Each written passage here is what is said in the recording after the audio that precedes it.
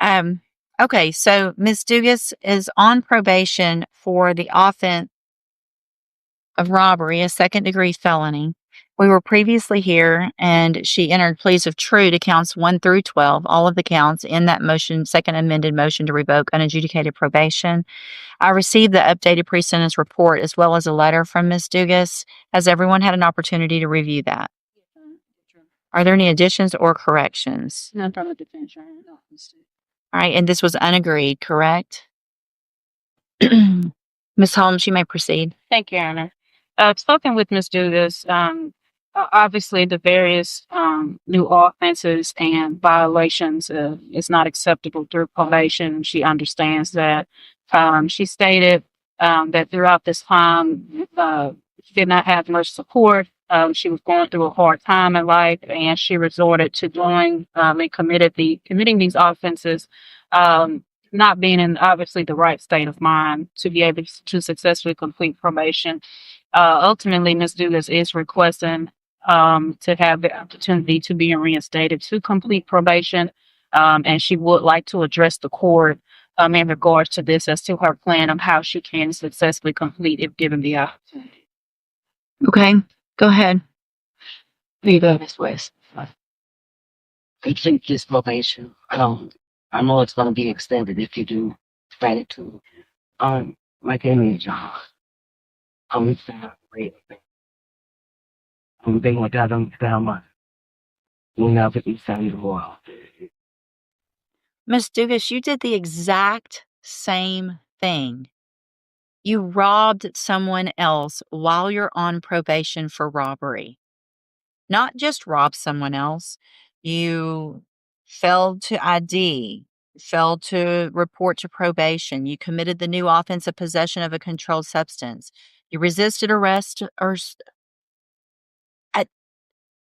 it's ridiculous to me that you're saying you want a second chance because this was your second chance. You've already been on probation. You were given the second chance of not going to prison. The fact that Miss Holmes negotiated a cap of 8 years for you, you should thank your lucky stars. This is ridiculous. 8 years, in my opinion, is not enough. You had every opportunity to do all the things that you're taught. Stop crying because you weren't crying when you were robbing people and using drugs and not being a good mom and not doing the things that you should have done when you were given this opportunity. Right? Miss Malfino? Sorry. I don't think I need to add anything to the report. I think that you follow the agreement that age at the very least is appropriate for her based on the number of violations. I spoke with Mr. Chen yesterday. He does not want to continue to work with her. This is actually her third MTRP. It's about her fifth chance in front of you, not just her second chance in that correlation purpose. Ms. Dugas, I'm going to find that you entered your pleas of true to counts 1 through 12 freely and voluntarily. Find those counts true.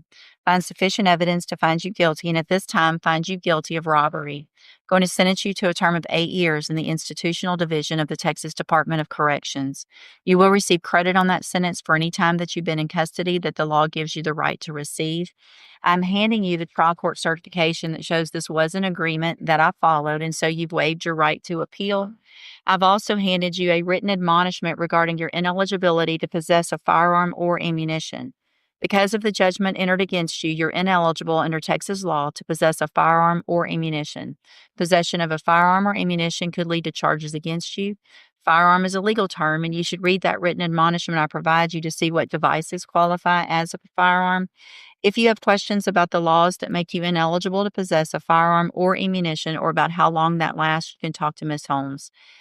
I hope you take some advantage of this and actually do what you're saying you're going to do when you get out and change your life. There's programs in prison, take advantage of them, but you're not going to continue to get opportunities like this. If you continue to violate the law after this, you're going to be considered a habitual offender. And if you do anything again, your minimum punishment is going to be 25 years. 25 years minimum for what you've been doing. So you need to change your life or you're never going to see your kids, right? Go back with the bailiff. Good morning. Are you Wesley Antoine? And Mr. Antoine is here for sentencing on probation a deferred probation for aggravated assault, family violence, and that was a 10-year deferred probation that he was given back November 14th. Okay, pause. This is a big turning point.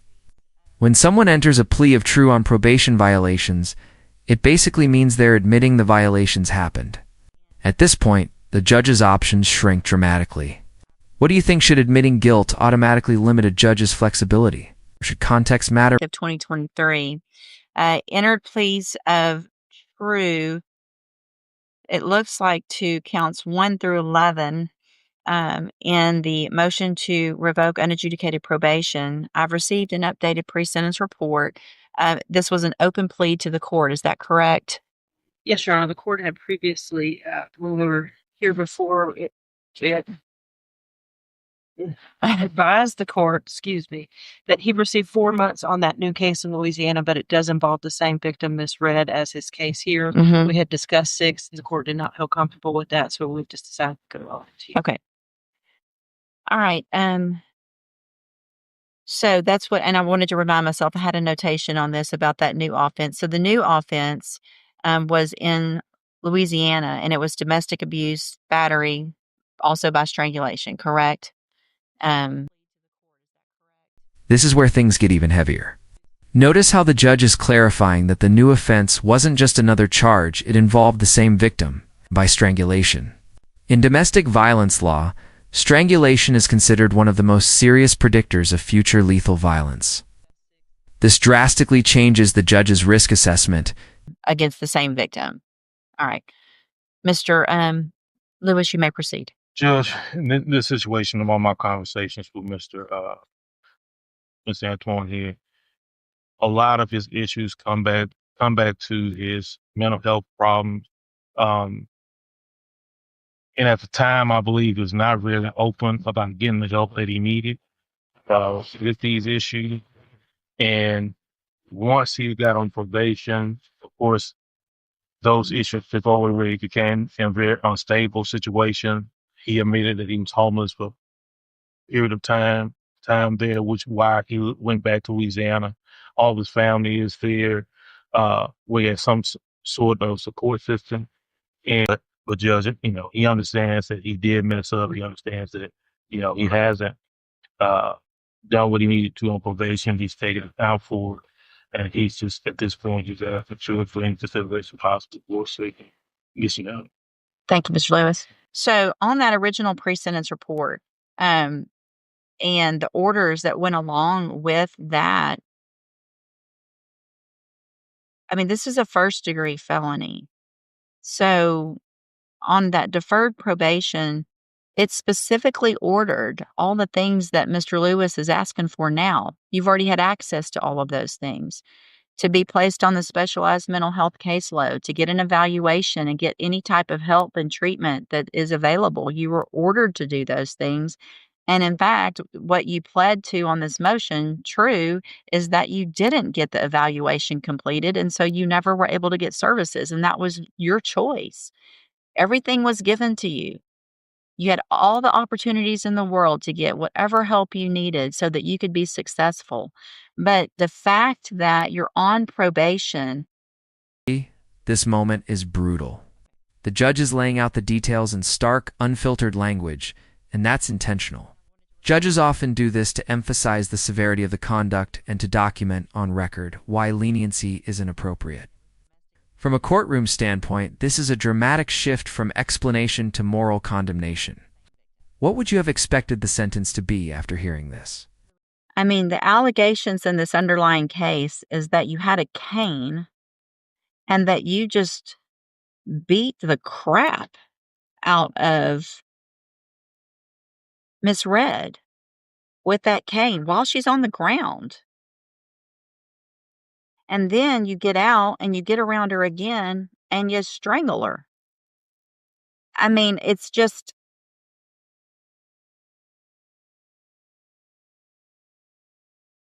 beyond me. That's what you would do. I mean, it sounds like if you go to Louisiana, if you have support, that's great. But to go back and do that to her without permission, you weren't working, you didn't have your mental health, You didn't do your community service. You didn't do the batterers intervention prevention program, which probably would have taught you how to not beat on and attack and put your hands on people that you supposedly care about. Got a new offense over there for that. Anyway, I'm going to find that you entered your pleas of true to counts 1 through 11 freely and voluntarily. I'm going to find those counts true. Find sufficient evidence to find you guilty, and at this time find you guilty of aggravated assault on a family victim. I'm going to sentence you to a term of 15 years in the institutional division of the Texas Department of Corrections. You will receive credit on that sentence for any time that you've been in custody that the laws give you the right to receive. I believe the initial was yes. I am going to make the finding that there was a deadly weapon in that initial case. I'm going to hand you the trial court certification. You need to sign this with Mr. Lewis. It shows that this was not a plea agreement. You have some rights to appeal. You can talk to him about that.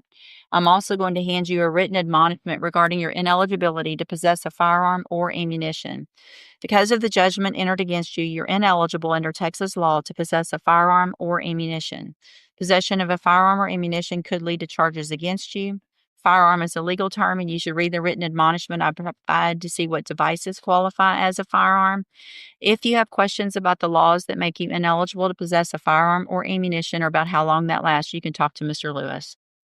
Good luck to you, sir. Sign that, and then you can go back with the bailiff.